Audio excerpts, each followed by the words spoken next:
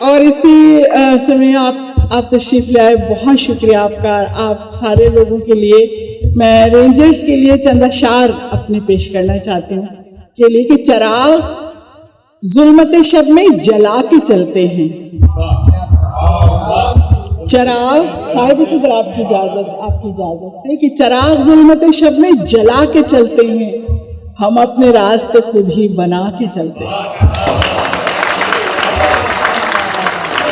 ये अपने रेंजर्स के लिए कि चराग जुल्मत शब में जला के चलते हैं, हम अपने रास्ते खुद ही बना के चलते हैं। और वो जिनको जिंदगी करने का आ गया है हुनर,